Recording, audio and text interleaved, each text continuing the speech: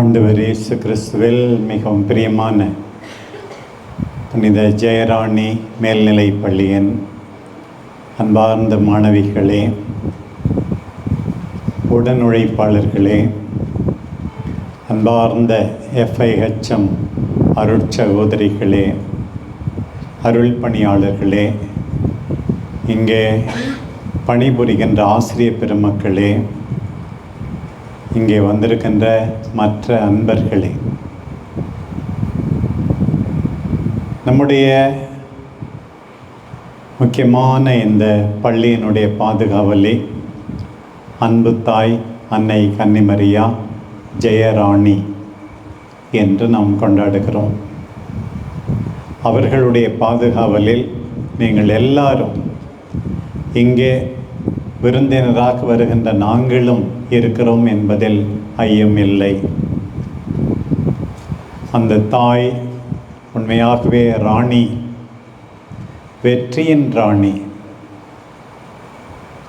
அவர்கள் விண்ணகம் எடுத்து கொள்ளப்பட்டார்கள் என்று ஆகஸ்ட் மாதம் 15ஆம் தேதி கொண்டாடப்படுகிறது. அதைத் தொடர்ந்து விண்ணுக்கும் மண்ணுக்கும் அரசியாக அவர்கள் முடிசூட்டப்பட்டார்கள் என்று ஆகஸ்ட் மாதம் 22ஆம் தேதி குயின்ஷிப் ஆஃப் மேரி என்று கொண்டாடுகின்றோம். பிரியமான சகோதர சகோதரிகளே, இன்றைக்கு நமக்கு வாசிக்கப்பட்ட இறை வார்த்தையின் அடிப்படையில் நம்முடைய வாழ்வுக்கு நல்ல பாடங்களை கற்றுக்கொள்ள வேண்டும். இறைவாக்கினர் எசையா வழியாக ஆண்டவர் உரைக்கின்றார். இருள் நிறைந்த மக்களுக்கு ஒரு ஒளி உதயமாகின்றது. பாருங்கள், திடீர்னு கரண்ட்டு போயிடுச்சு, கரண்ட் வருமா, ஜென்ரேட்டர் வேலை செய்யுமா என்ற அச்சம். அதுவும் ராத்திரியில் கரண்ட்டு போயிட்டா எவ்வளவு கஷ்டம் நமக்கு. அன்பார்ந்த ஜெயராணி பிள்ளைகளே, ஆசிரியர் பெருமக்களே, நீங்கள் எல்லாரும் முதலில் உங்கள் பிரச்சனையினுடைய ஞானத்தின் வெளிச்சத்தை, இறைவனின் ஞானத்தை பெற்றுக்கொள்ள வேண்டும் என்று நான் வேண்டுகிறேன், ஜெபிக்கிறேன். நீங்கள் ஒளியாக இருக்க வேண்டும், மற்றவர்களுக்கு ஒளி காட்ட வேண்டும். எவ்வளோ இடங்களிலே சண்டை, குழப்பம், அநியாயம். பாருங்கள், இருளில்தான் எல்லா அக்கிரமமும் நடக்கிறது. நீங்கள் ஒளியாயிருக்க வேண்டும், மற்றவர்களுக்கு ஒளியை காட்ட வேண்டும், அவர்களுக்கு மகிழ்ச்சி தர வேண்டும், நம்பிக்கை தர வேண்டும், ஆறுதல் தர வேண்டும். அதற்காகத்தான் கல்வி என்பதை மறந்து விடாதீர்கள். நான் பல ஆண்டுகள் பெங்களூரிலே குருத்துவ கல்லூரியிலே வசித்தேன். எதிரே ஒரு பெரிய BHEL ஃபேக்ட்ரி இருக்கிறது, தொழிற்சாலை இருக்கிறது. ஆனால் அங்கே வாட்ச்மேன் அதிகமாக இல்லை. நான் கேட்டேன் என்னுடைய பேராசிரியர் ஜோசப் பிரான்சிஸ் அவர்களிடம், இவ்வளோ பெரிய ஃபேக்ட்ரி, ராத்திரியில் அதிகமாக வாட்ச்மேன் யாரும் தென்படவில்லையே என்று கேட்டேன். அதற்கு அவர் சொன்னார், பார்த்தாயா அந்த ஒளி விளக்குகளை, 1000 வாட்ஸ் பல்பாக இருக்கும், இன்னும் அதிகமான பவர்ஃபுல் பல்பாக இருக்கும். இந்த வெளிச்சத்தில் எந்த திருடனும் வர துணிய மாட்டான் என்று சொன்னார். பிரியமான பிள்ளைகளே, நம் எல்லாருக்கும் ஒளி இறைவன். அந்த இறைவனிடமிருந்து நாம் ஒளியை பெற்றுக்கொள்ள வேண்டும். இன்றைக்கு சொல்லப்பட்டிருக்கிறது, ஒளியாக உங்களுக்கு ஒரு மெசியாவை அனுப்புவேன் என்ற செய்தி இன்றைக்கு சொல்லப்பட்டிருக்கிறது. அவர் அனைத்துலகின் அரசர். அந்த அரசரை பெற்றெடுத்தவர் நம் அன்பு தாய் அன்னை கன்னிமரியா, அரசனின் தாய், அரசி. அவருடைய மகிமையை என்னவென்று சொல்வது? இந்த குழந்தையின் மகிமை, அந்த தாயினுடைய மகிமை.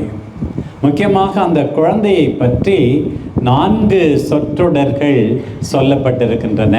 அவை எல்லாம் நம்முடைய அன்பு தாய் ஜெயராணிக்கு பொருந்தும். அதை மீண்டும் சிந்தித்து பார்க்க இந்த நேரத்திலே உங்களை அழைக்கிறேன். பிறக்கின்ற அந்த குழந்தை, வாக்களிக்கப்பட்ட மெசியா எப்படிப்பட்டவராம்? முதலில் வியத்தகு ஆலோசகர். நம்முடைய அன்பு தாய் அன்னை கன்னிமரியாவை பற்றி, ஜெயராணியை பற்றி சீட் ஆஃப் விஸ்டம் என்று சொல்லப்படுகிறது. மகனை அவர்தான் தொடக்கத்திலே ஞானத்திலே வளர்த்தார். வியத்தகு ஆலோசகர் ஆண்டவர் இயேசு என்றால் அந்த தாயும்.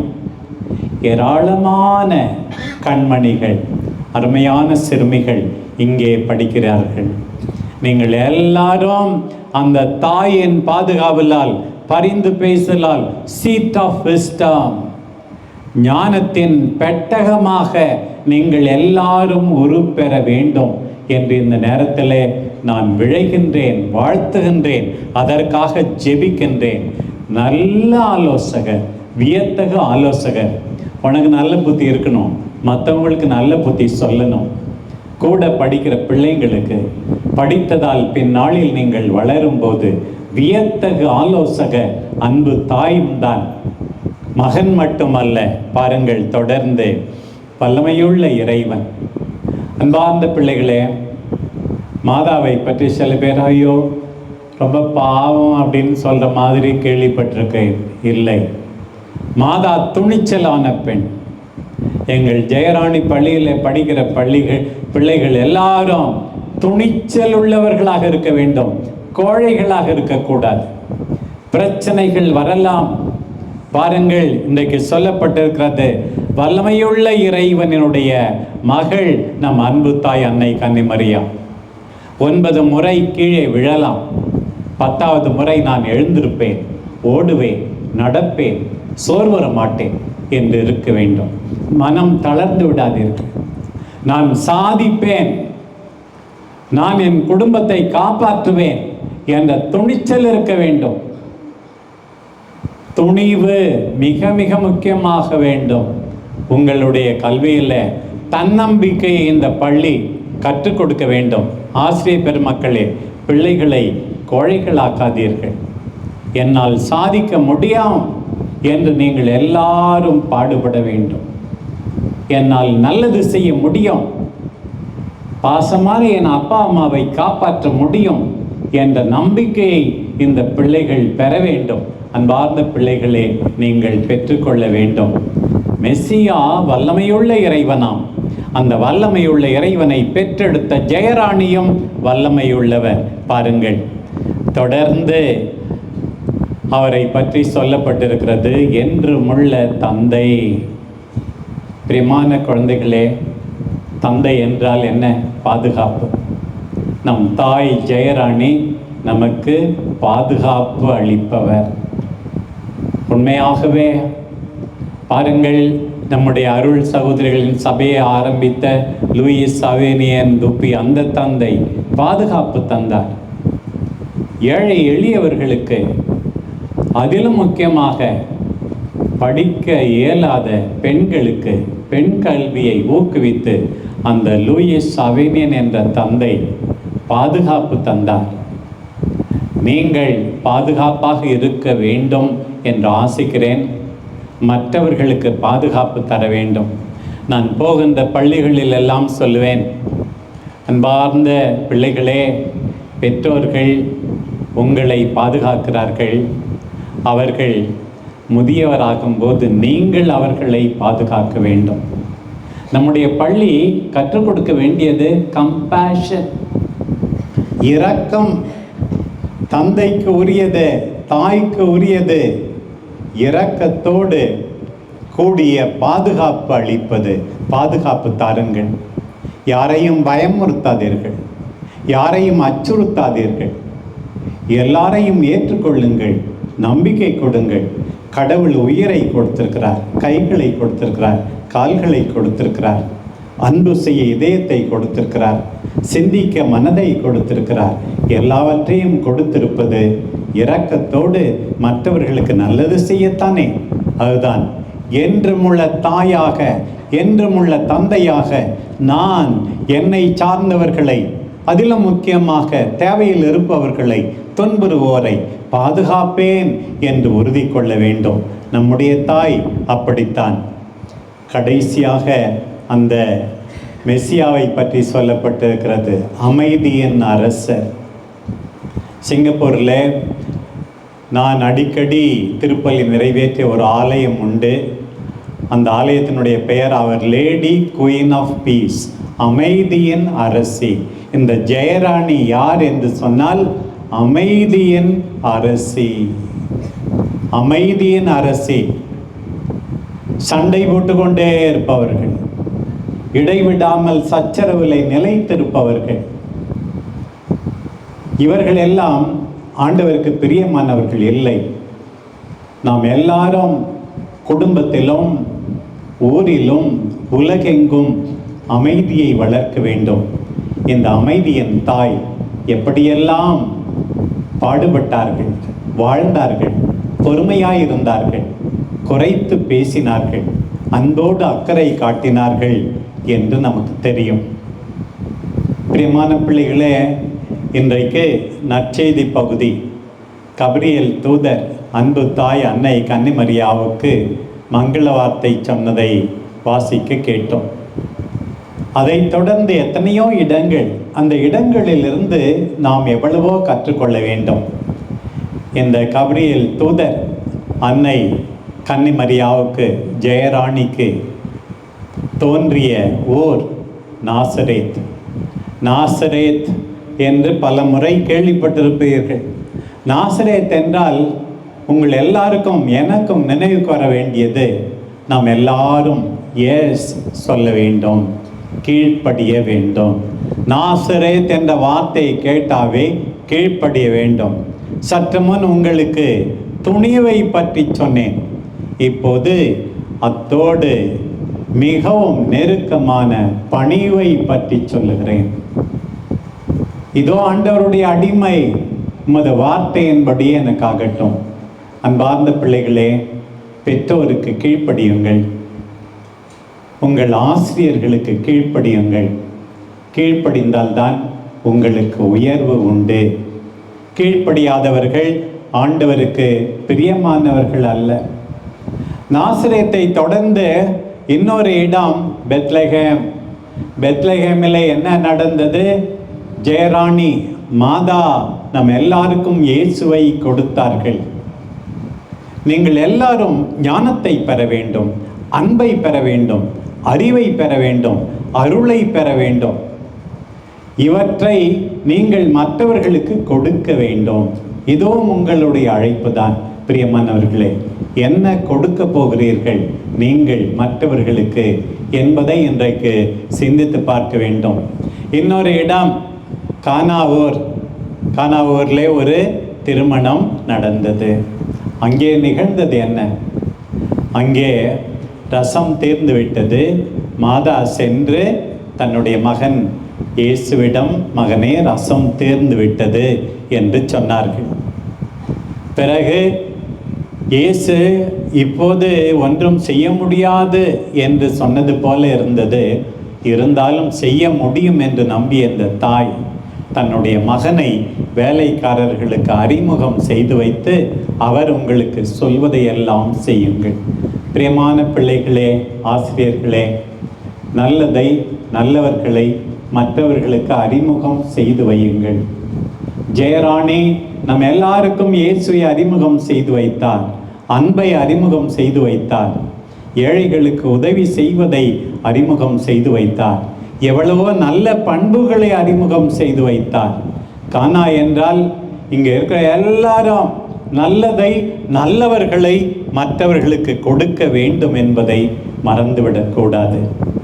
இயேசுவை பெற்றுக்கொண்ட மரியா, இயேசுவை சுமந்து சென்ற மரியா, இயேசுவை கொடுத்த மரியா, இயேசுவோடு துன்புற்ற மரியா, இயேசுவோடு மகிமைப்படுத்தப்பட்டார். நல்லதை பெற்றுக்கொள்ளுங்கள், நல்லதை சுமந்து செல்லுங்கள், நல்லதுக்காக துன்புறுங்கள். நிச்சயமாக உங்கள் எல்லாருக்கும் ஆட்சி உண்டு. இங்கே இருக்கிற ஒவ்வொரு சிறுமியும் ஜெயராணி தான் என்னை பொறுத்த மட்டில். அப்படி அவர்கள் நல்லவற்றை கற்றுக்கொண்டு வாழ வேண்டும், வளர வேண்டும் என்று இந்த நேரத்தில் நாம் வாழ்த்துகிறேன். பிரியமான பிள்ளைகளே, ஒரு கடிதம் அப்பாவிடமிருந்து வந்தது என்று வைத்துக் கொள்ளுங்கள். அந்த கடிதத்தை பிரித்து படிக்காமல் அதை முத்தமிட்டால் என்ன பிரயோசனம்? அது மட்டும் போதாது தானே, என்ன எழுதியிருக்கிறார், என்ன செய்ய சொல்லி இருக்கிறார் என்று தானே நாம் பார்க்க வேண்டும். மாதா அப்படித்தான், ஆண்டவர் என்ன சொன்னாரோ அதை செய்தார்கள். உங்களுக்கு சொல்லப்படுவதை, ஆண்டவருடைய வார்த்தையை நீங்கள் செய்ய வேண்டும். ஆண்டவருடைய வார்த்தை இன்றைக்கு பெற்றோர் வழியாக, ஆசிரியர்கள் வழியாக வருகிறது. அதை செய்யாமல் நான் உங்களை அன்பு செய்கிறேன் என்று சொன்னால் எந்த பயனும் இல்லை. பிரியமானவர்களே, அன்றைக்கு கீழ்ப்படிந்தவர்களுக்கு நல்லது நிகழ்ந்தது. நீங்கள் கேள்விப்பட்டிருப்பீர்கள், இயேசுனுடைய சீடர்கள் இரவு முழுவதும் பாடுபட்டார்கள். மீனே கிடைக்கவில்லை. காலையில் இயேசு அவர்களுக்கு சொல்லுகிறார், அங்கே அவர்களிடையே இருந்து போதித்துவிட்டு நீங்கள் இந்த இடத்திலே வலையை வீசுங்கள் என்று சொன்னார். அப்போது பேதுரு ராயப்பர் சொல்லியிருக்கலாம், நீ ஒரு ப்ரீச்சர், நான் ஒரு ஃபிஷர்மேன், நீ போதிப்பவர், நான் மீன் பிடிப்பவர், உன் வேலையை பாரு என்று சொல்லியிருக்கலாம். அன்றைக்கு அவர் கீழ்ப்படிந்தார். உடனே ஏராளமான மீன்கள் அவர்களுக்கு கிடைத்தது. பாருங்கள், இதே போலத்தான் நீங்களும் கீழ்ப்படிந்தால் மாதாவை போல நிச்சயமாக வளர்வீர்கள், வாழ்வீர்கள். பிரியமான பிள்ளைகளே, இறுதியாக நீங்கள் எல்லாரும் முயற்சி செய்து உழைக்க வேண்டும், படிக்க வேண்டும். ஸ்போர்ட்ஸ்லேயும் சரி, படிப்பிலும் சரி, சோம்பேறிகள் என்று நம்முடைய ஜெயராணி பள்ளியில் எந்த மாணவியும் இருக்கக்கூடாது, எந்த ஆசிரியரும் இருக்கக்கூடாது. இவர் கடின உழைப்பாளி என்று சொல்ல வேண்டும். மாதா சாதாரணமாக இருந்து இந்த நிலைக்கு வரவில்லை. ஏழை, எளியவர், கடின உழைப்பு, அக்கறை, அடுக்கடுக்காக துன்பம், துன்பத்திலே பங்கு, இயேசுவோடு துன்புற்றவர், இயேசுவோடு மரித்தவர், இயேசுவில் மரித்தவர். அதனால்தான் இந்த நிலைக்கு உயர்த்தப்பட்டார். உங்கள் துன்பங்களை கண்டு வீட்டு பாடம், மற்ற வேலைகள் எல்லாவற்றையும் கண்டு மனம் ஒடிந்து விடாதீர்கள். விடாமுயற்சியோடு செயல்படுங்கள். இன்றைக்கு ஆண்டவர் அதற்காகத்தான் உங்களை அழைக்கிறார். மைக்கேல் ஆஞ்சலோ என்ற மாபெரும் சிற்பி பல்வேறு சிற்பங்களை வடித்தார். டேவிட், தாவீது என்ற ஒரு சிற்பத்தை வடித்தார். அவ்வளவு அருமையான இளைஞன், அழகான ஒரு இளைஞனாக அந்த சிற்பம் இருந்தது. எல்லாரும் கண்டு வியக்கும் வண்ணத்திலே அந்த சிற்பம். ஆனால் அவர் பார்க்கும்போது ஒரு சலவை கல், அவ்வளவுதான். மோசே என்ற ஒரு சிற்பத்தை வடித்தார். எந்த அளவுக்கென்றால் அந்த பாறாங்கல்லிலிருந்து தேவையற்றவையை சுத்தியாலும் உளியாலும் தகர்த்தெறிந்த பிறகு மோசே என்ற அற்புதமான சிற்பம் உருவானது. தன்னுடைய சுத்தியால் தட்டி, மோசே பேசு என்றார். உயிருள்ள ஒரு மனிதன் போல. பிரியமான பிள்ளைகளே, நீங்களும் செதுக்கப்பட வேண்டும், துன்புற வேண்டும், தேவையில்லாததை எல்லாம் அகற்றி எறிய வேண்டும். அப்போதான் நீங்களும் ராணியாவீர்கள், உண்மையாகவே மாட்சிமைப்படுவீர்கள். பொற்கொல்லன் பொன்னை உலையில் இடுகிறான். ஒரு சிறுமி சொன்னாள், ஏன் அதை அழிக்கிறாய் என்று. அழிக்கவில்லை, தேவையில்லாதை களைந்தெறிகிறேன் என்று சொன்னான். எப்போது அது உனக்கு தெரியும்? என் முகத்தை நான் அதில் காணும் வரை அது சுடப்படத்தான் வேண்டும். அப்படித்தான் நம்முடைய துன்பங்கள், வேதனைகள், கஷ்டங்கள். அன்பார்ந்த பிள்ளைகளே, ஜெயராணியாக நீங்களும் இருக்க வேண்டும். பாதுகாப்பு அளிப்பவராக, அமைதியை வளர்ப்பவராக, துணிச்சல் உள்ளவராக, நல்ல ஆலோசனை தருபவராக, கீழ்ப்படிபவராக, இரக்கமுள்ளவராக, துன்புறுவோராக, முயற்சி செய்வோராக, எல்லாவற்றை விட மிக முக்கியமாக அந்த தாய் சொன்னது, இதோ ஆண்டவருடைய அடிமை என்று சொன்னாரே. வீண் பெருமை வேண்டாம். நம் உயிர், நம்முடைய உருவாக்கம், நம்முடைய குடும்பம், நம்முடைய சூழ்நிலை எல்லாம் கடவுள் தந்தது. அவர் முன் தாழ்ச்சியோடு இருந்து எல்லாரையும் மதித்து எல்லாருக்கும் நன்றி கூறி, எல்லாவற்றை விட அதிகமாக இறைவனுக்கு நன்றி கூறி நம் வாழ்வை தொடர்வோம். அன்பு தாய் ஜெயராணி உங்கள் எல்லாருக்காகவும் பரிந்து பேசுவாராக. ஆமேன்.